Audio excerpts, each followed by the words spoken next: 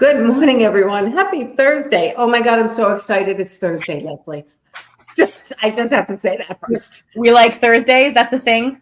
Well, because I don't really work that hard on Fridays. So Thursday is kind of the last day of the week for me. So that's where I try to get all our profit insiders, where you work in a 4-day work week and the fifth day is only in an emergency.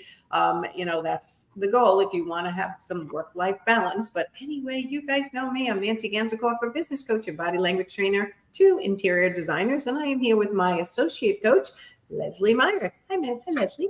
Good morning, everybody. How are you this morning? I think I'm good. I had an assistant start yesterday, a design assistant. She's helped me with a couple installs before, and now she's coming on more regularly. So I'm very excited to have some support on that side of things. She's helped me with a couple installs before, and now she's coming on more regularly. So okay, you got to mute your... I did mute the tab, and it still spoke to me. God bless Facebook, man. It is such a beast to figure it out. That's what's going on with me, having tech issues today. You might have to mute it every single time. But anyway, so we are here today to talk about whether, as an interior designer, you should send an investment guide before the consultation. I'm very opinionated about this, I have to say, because you are, and I love it. One of the biggest mistakes designers make is giving too much information too soon in the process, and it scares your clients away. So we all know, yes, we want them to know everything that's... Oh, I'm getting an echo back. We want them to know exactly how much they're going to spend. We want to talk money early and often. Yes. However, with a caveat, too early in the conversation process or the sales process, you can scare them and they go running. People can only handle so much information at a time. So we tell everybody to, over the phone, just when they get on your calendar and you're talking to them for your free 15-minute, 20-minute, 5-minute, whatever you do, make sure the only goal of that phone call is to get into their home for the paid consult, or on a Zoom call to talk about the consult. Don't be trying to give them your full service models with the pricing on each and everything it may cost them and how much they have to have for an investment level, before they even can see you in their home and all that stuff, unless you have set a company policy that you do have a minimum of 3 rooms with a certain investment level. If that is your brand and that is what you've chosen to do, no problem when you hear over the phone, I only have 1 room. I'm sorry, we have a 3-room minimum. That's okay. Yeah. Okay. But let's push that aside for now and assume that you're willing to speak to anyone who wants to speak to you, and you want to see if they have a project that's good for your organization. Right? We want to make sure we do not send an investment guide in advance before you get into the home. You want to tell them why, Lesley? I have learned the hard way to talk about money early and often. That's good. So I'm glad we're having this conversation where you're talking money on the initial call, but talking money face to face is so important. And that can be virtually on Zoom, but do not just send information about money by email and hope for the best. This is really something that needs to be a conversation. You need to be able to read the client's reactions, respond to any hesitations or questions live. So this is something that I've learned this, and we teach this because I feel it's so important, because it's easy to shy away from money and just send your investment guide and wait till they get back to you and hope for the best. But these conversations matter, and they set you up for project success if you have them in the beginning face-to-face. Absolutely. And one of the questions I have people say when they're on the phone, tell me about your project. Why is it important to you now? This is what I can do for you. I can come into your home, spend an hour and a half to 2 hours with you, share freely of my ideas. Once they say yes to that, you tell them how much that costs. Let's say they still say yes to that. You say, one of the questions before you hang up the phone should be, have you done your research and do you have an investment level in mind? Mm-hmm. If they say, I have no idea, how much is this going to cost me? That's something we'll discuss when I'm in the home with you, when I figure out which of my service models serves your project best. Yes. That is something we determine in home. And if they ask you, what is your hourly rate? What do you say? I say, We don't typically charge hourly for projects. What we do is come for the consultation, learn about your project, the scope, the needs, and we'll put together a custom proposal that will address our design fee for the project. Perfect, right? So you don't want to say to somebody over the phone, well, I'm $150 an hour and everything is based on that. Now, we know if you're using the Key, the designer's pricing tool that we sell, you know it's based on the hourly fee you're trying to get for Yes. your business. But the client does not necessarily need to know that hourly fee at this moment in time. They No. need to know that you have different service models with different needs. So let's come into the house and check it out, and we'll talk money a little bit there. But then at the consult, you can bring a furniture good, better, best guide.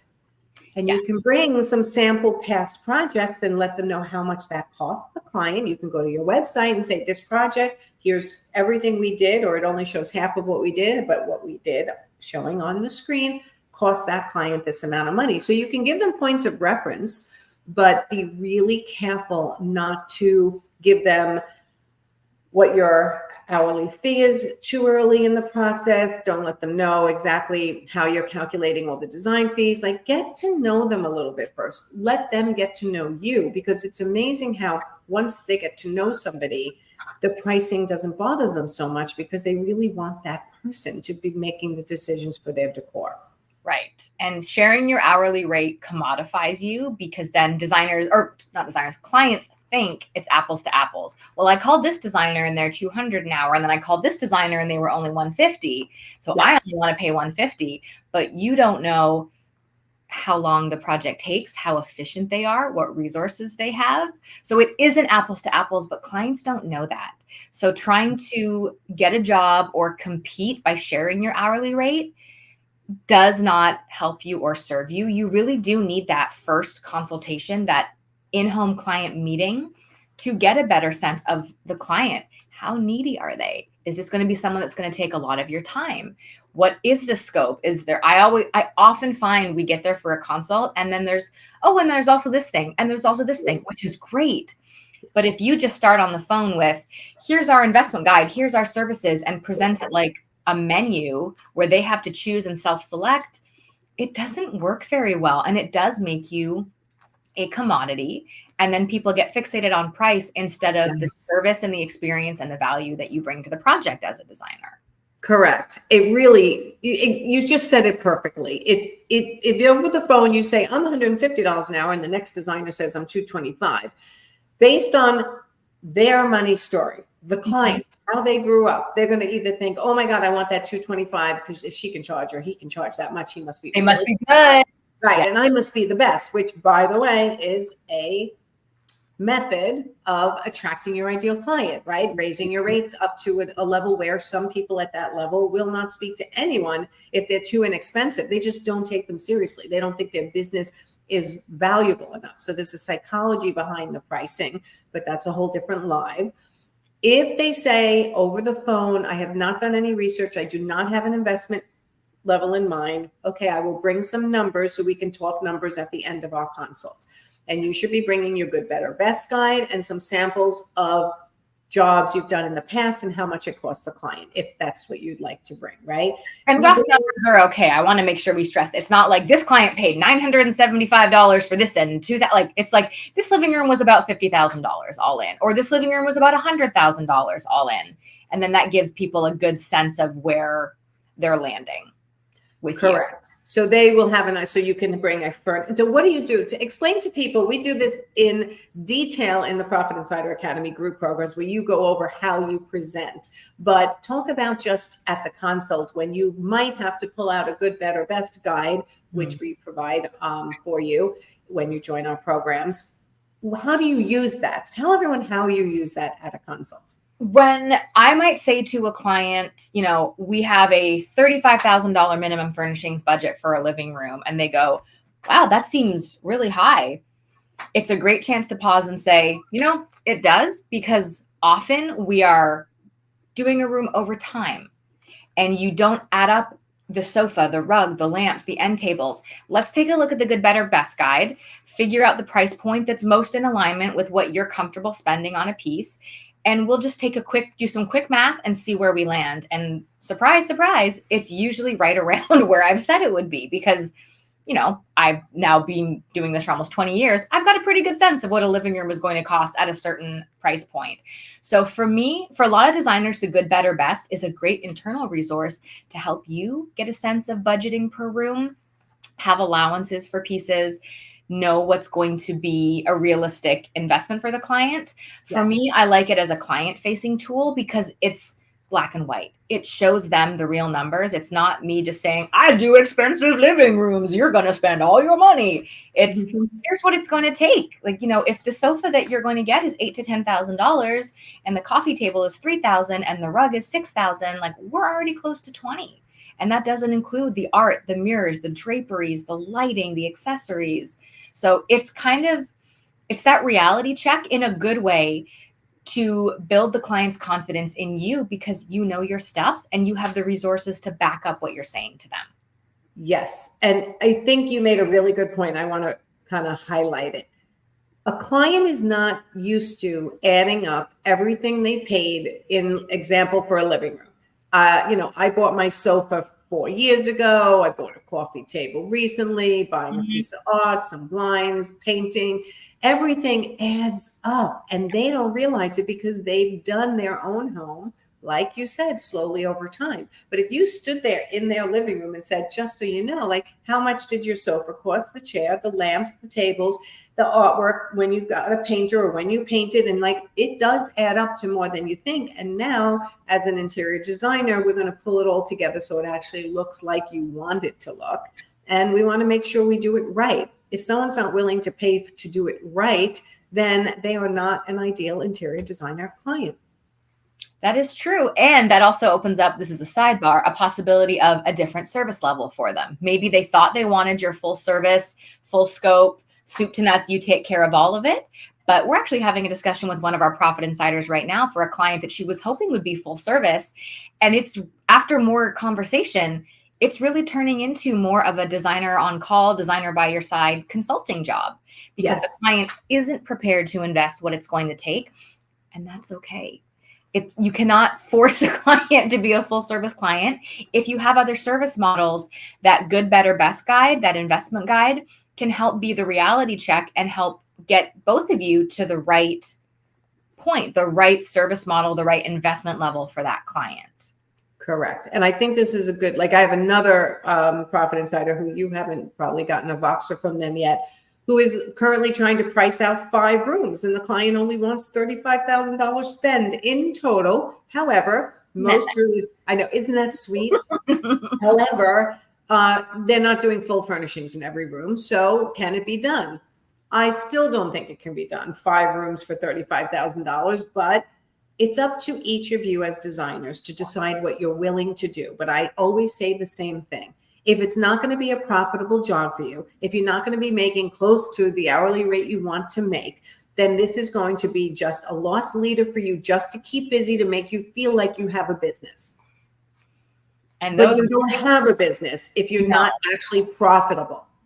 And often those clients who are trying to piecemeal and do it like that take the most time and energy. So just keep that in mind too. Yes. So do you bring an investment guide?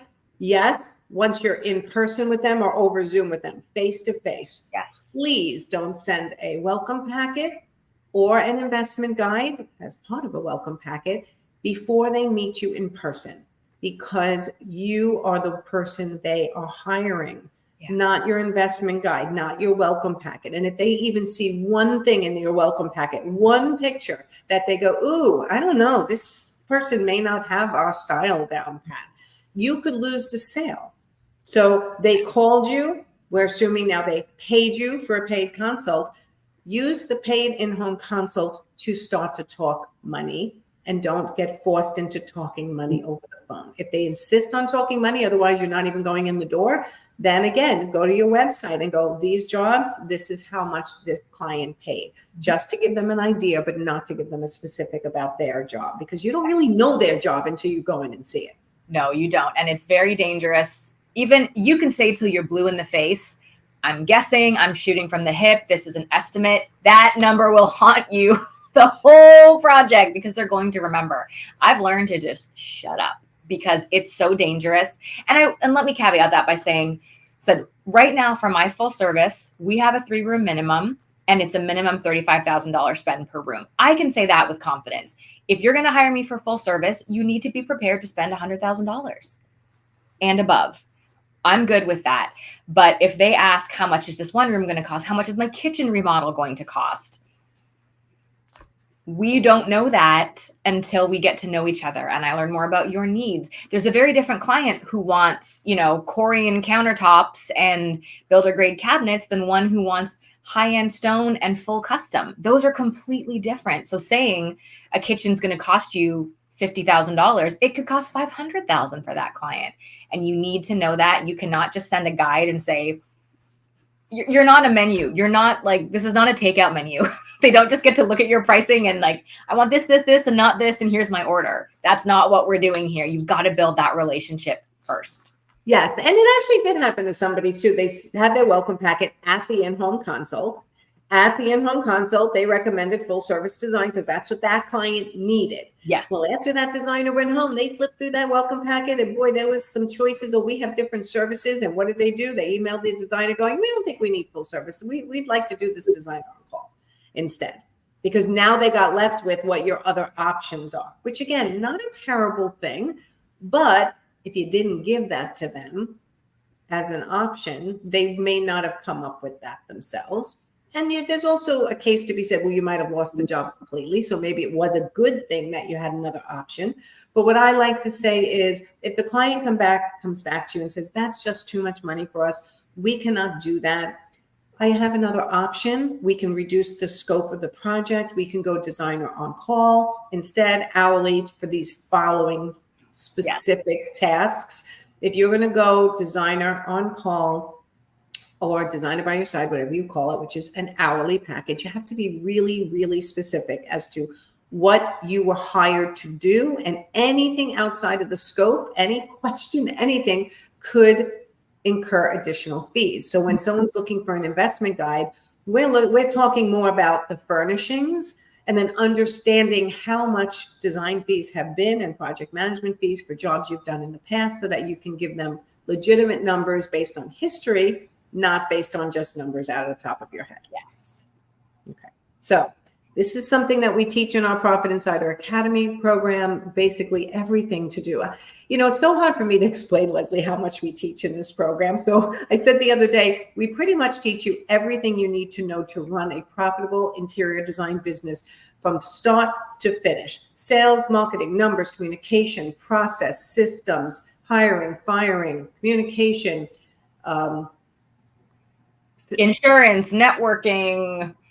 It's a whole business back end year that will transform how you run your business and how you talk about money and therefore how you earn money and actually become profitable and make this not an expensive hobby, but an actual business that you love and sustains you. Yes. That's the goal here. That's the goal. What do you want as an interior designer? What do you want your business to look like? What are your future goals and dreams? And how long have you not achieved them because you've waited to get the help that you needed and you don't have the knowledge? We just speed everything up. You can do this yourself. It might take you 5 years, but in 1 year, you're going to know everything you need to know about running a profitable business. And you're going to be able to implement so much of that you're already on the ball, running towards your goal. And so most people get there, and then other people just continue on after to get to higher goals. So if you're interested in getting the information you need to run a profitable interior design business, click the link that we have provided in the description of this live to apply for my Profit Insider Academy, which I should have called it Interior Design Masterclass.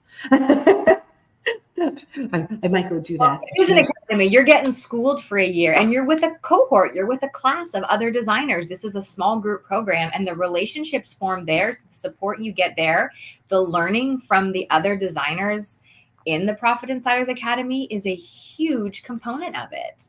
Right. Plus you get 2 coaches, me and you. right? So you've got different points of views, different ways of communicating it. So you're not making decisions alone.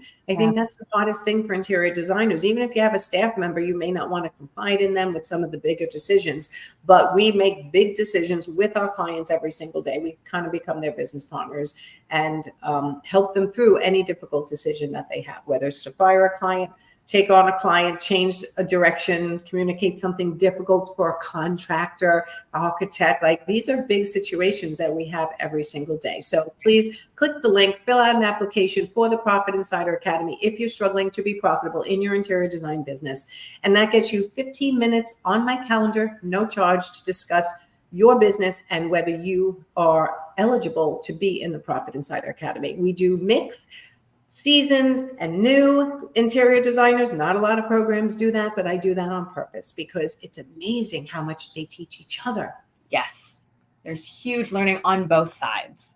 Yes, both sides for sure. So, all right, everyone. So go have a great Thursday. I hope to see your application for the Profit Insider Academy if you're struggling to grow your business. And if it's not me or Lesley on this side, then find a coach that you relate to, that speaks your language, and that you feel will get you to the next level, because nobody should be struggling for too long. It makes no sense. So many people go out of business, cry every day, hate their work, don't know why they've done this. And if you want to be a happy, successful, well-balanced interior designer running a great business, then it's time. It's time to get the help that you need. Okay? All right. So I will speak to you guys next week, because tomorrow I try to take off on Fridays, like I said in the beginning. trying some medical tests tomorrow, so it's not quite a day off, but at least I'm getting them done, which a lot of you don't even have time in your life to do that. So let's get you where you're well balanced and making money. All right, talk to you next time. Thanks, Lesley.